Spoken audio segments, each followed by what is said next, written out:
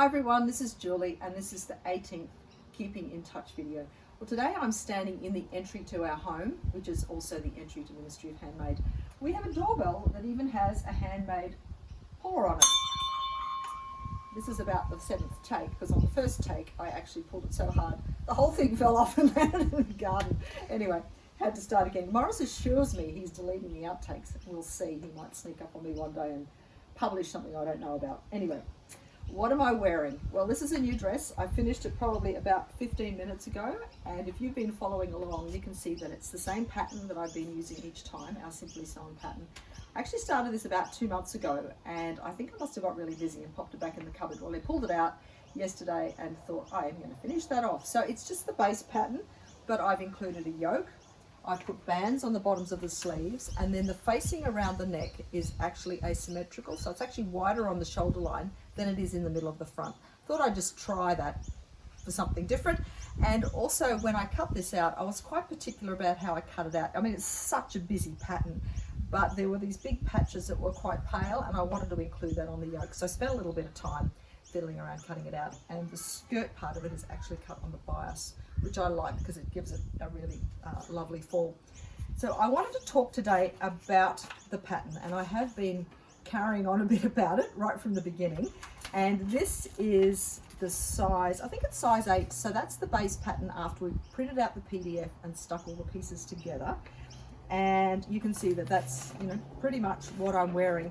But the reason we are so excited about this pattern is not because it's a pattern. We're excited because it's a pattern system. So it's going to be a system of modules that you are going to be able to play with to basically almost be your own fashion designer, which I think is pretty awesome. So this is like taking pattern making back, and what we suggest you do when you first get the pattern is print it out, work out what size you think you are, and make one up, get the fit exactly how you'd like it, and then start working on a real garment. And you'll be surprised as time goes by. We're going to publish heaps of modules that you can use to alter the pattern, to customize garments that really, really suit you. And my goal is you'll be able to get to the point where you can look at a dress somewhere in a shop and go, I really like that, but I really don't like the thought of spending $270 to get it. But by analyzing the shape of that, oh my goodness, it's just that base pattern with long sleeves or a lower neck or buttons down the middle of the front. So that's the point we're heading towards, is being able to help you do that, and to be able to critically look at something and go, underneath all that is just a simple top that has been modified.